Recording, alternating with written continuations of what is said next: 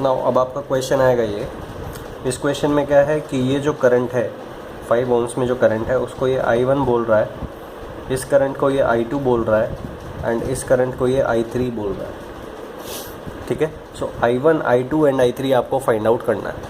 ठीक है, सो कोई दिक्कत नहीं है। सो मैं 2-3 तरीके से आपको बताऊंगा ये कैसे कर सकते हैं। ठीक है, सो सबसे पहले मैं नोडल से करता हूँ। ठीक है, सो ये 0 वोल्ट्स पे है तो -2 प्लस राइज हुआ, दैट मीन्स ये कितना होगा 10 वोल्ट्स होगा।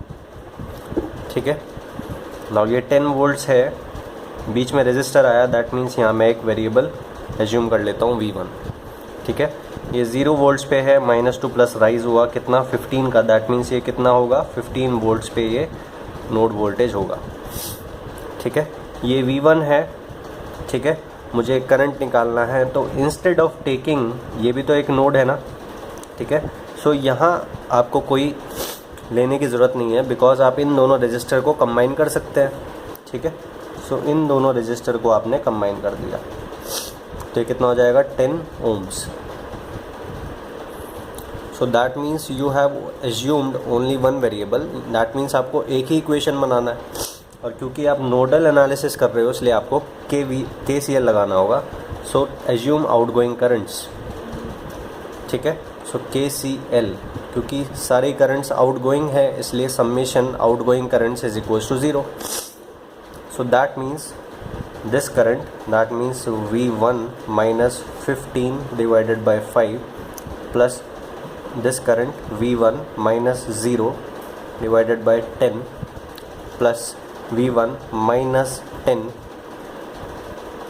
divided by 10 is equals to 0। सो आपको यहाँ किससे मल्टीप्लाई करना होगा 10 10 एंड 5 का एलसीएम होगा 10 10 से आपने मल्टीप्लाई कर दिया दोनों side. So that means 2 into V1 minus 15 plus V1 plus V1 minus 10 is equals to 0। So 2V1 plus 2V1 that means 4V1, 2 into 15 minus 30 and minus 10। ठीक है, तो उधर कितना हो जाएगा ये प्लस 40 हो जाएगा, that means V1 is equals to 10। So ये जो पोटेंशियल है दैट इज़ 10। ठीक है, सो अब देखते हैं उसने क्या कहा था। अब ये रजिस्टर आप देखें, इस रजिस्टर में जो करंट थी उसने इस करंट को I3 बोला था। अब क्योंकि इस रजिस्टर के इधर भी 10 वोल्ट्स है, इधर भी 10 वोल्ट्स है, दोनों एंड पे 10 वोल्ट्स है, that means there is no potential difference across the resistor, that means no potential difference means no current, that means I3 is equals to 0। अब इस करंट को उसने I1 बोला, इस करंट को उसने I2 बोला, नीचे कोई करंट नहीं जा रहा, that means I1 is equals to I2। ठीक है, अब I1 करंट कितना होगा, I1 current is equals to I2 current is equals to 10 minus 0 divided by 10, that means 1 ampere। so I1 I2 1 ampere, I3 is equals to 0, that is your answer। so अब मैं आपको बताऊंगा tracking of currents किस तरह से apply करते हैं। If voltage sources है ना, बस करंट सोर्सेज भी प्रेजेंट नहीं है, फिर भी मैं ट्रैकिंग ऑफ करंट्स किस तरह से अप्लाई करूंगा, तो ये देखते हैं। ठीक है, नाउ अब ये देखें, इस 6 एंड 4 को आप ऐड कर सकते हैं, कोई दिक्कत नहीं होगा। सो ये कितना हो जाएगा 10 ओम्स।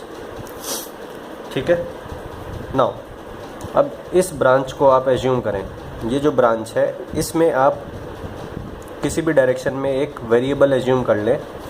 ठीक है, या सपोज़ इस ब्रांच में आप एज्यूम कर लें, ये जो ब्रांच है, ठीक है, ये सीरीज़ ब्रांच है ना एक। ठीक है, इसलिए आपने इसमें एक करंट एज्यूम कर लिया।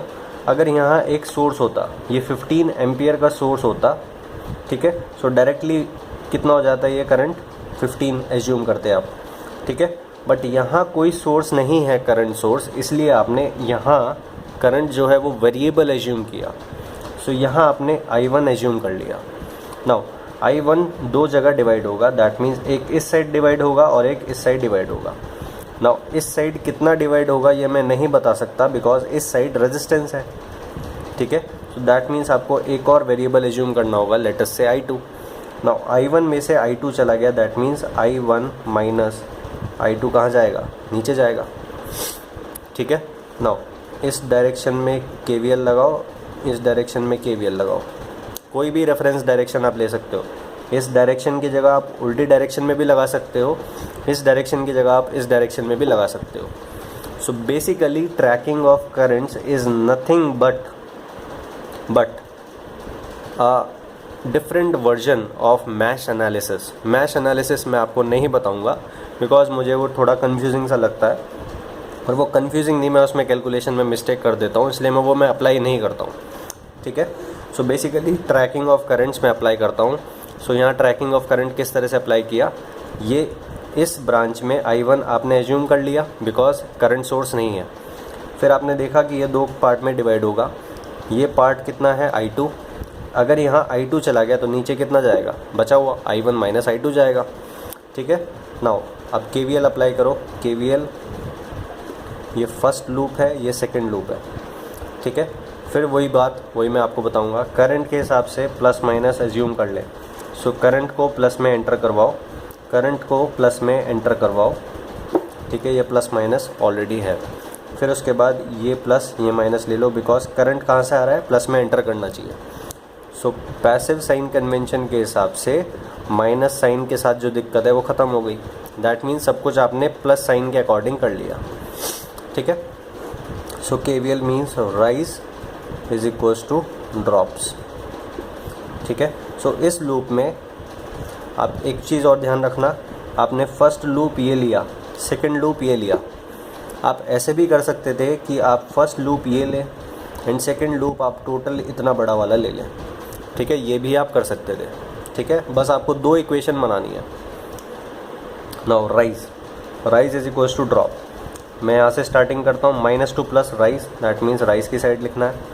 फिर plus to minus means drop कितना, 5 इंटू I1, सो 5 इंटू I1 का ड्रॉप, ठीक है। फिर plus to minus again drop, that means कितना, current into resistance, that means I1 minus I2, ठीक है। फिर plus to minus again drop 10, so this is first equation.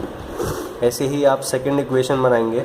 Second equation में आप यहाँ से सपोज स्टार्टिंग करते हो, minus to plus that means rise, so 10 minus to plus rise that means current into resistance, so फिर plus to minus drop हुआ, drop इस side, सो 10 into I2, ठीक है। सो ये आपका सेकंड इक्वेशन होगा। Two variables, two equations can be solved, so I1 I2 आपका निकल जाएगा, ठीक है। I1 I2 आपका इस केस में इक्वल आएगा और इज इक्वल्स टू 1 एम्पियर आएगा, ठीक है। और क्योंकि ये 1 एम्पियर आ गया और ये भी 1 एम्पियर है, इसलिए 1 माइनस 1 ये 0 हो जाएगा, ठीक है। और यही आंसर पिछले मेथड से आया था, यही इस मेथड से आएगा, ठीक है। सो this is how you apply tracking of current, ठीक है। सो बेसिकली होता क्या है कि अगर यहाँ 15 एम्पियर का सोर्स होता तो एक वेरिएबल कम हो जाता, बट क्योंकि यहाँ वोल्टेज सोर्स है इसलिए आपको इस ब्रांच में भी एक वेरिएबल एज्यूम करना पड़ा। सो ये डिफरेंस आता है बस अगर वोल्टेज सोर्स प्रेजेंट होते हैं एंड जब करंट सोर्स प्रेजेंट होता है। सो ये इतना डिफरेंस आता है, ठीक है, नथिंग एल्स। सो कभी भी कुछ परेशान नहीं होना है कि KVL कब लगाना है, KCL कब लगाना है, ये कब करना है, वो कब करना है। नोडल एनालिसिस, बस आपको ये ध्यान रखना है, नोडल एनालिसिस में सुपर नोड का कॉन्सेप्ट आएगा। नोडल मतलब नोड मतलब या तो नोड होगा या सुपर नोड होगा, ठीक है। अब मैंने आपको बता दिया कि जब सुपर नोड प्रेजेंट होता है तो किस तरह से मिनिमम नंबर ऑफ़ वेरिएबल्स किस तरह से आपने सर्किट में रखने हैं, ठीक है। फिर नोडल एनालिसिस का बेसिस क्या है, KCL, ठीक है। फिर ट्रैकिंग ऑफ करंट में आपको क्या करना होता है, करंट्स को एज्यूम करके आपको हर नोड पे KCL बैलेंस करके करंट बनानी होती है हर ब्रांच में, फिर उसके बाद KVL लगाना होता है, ठीक है। मैंने आपको बताया था जब आप करंट्स को ट्रैक कर लेंगे तो करंट सोर्सेज को ख़त्म कर देना जो भी है, क्योंकि आप KVL लगा रहे हो तो करंट सोर्सेज को ख़त्म कर देना, KVL लगाना जो भी बचेगा उस सर्किट में, ठीक है। And KVL can be applied in any closed path, in any closed path. ठीक है।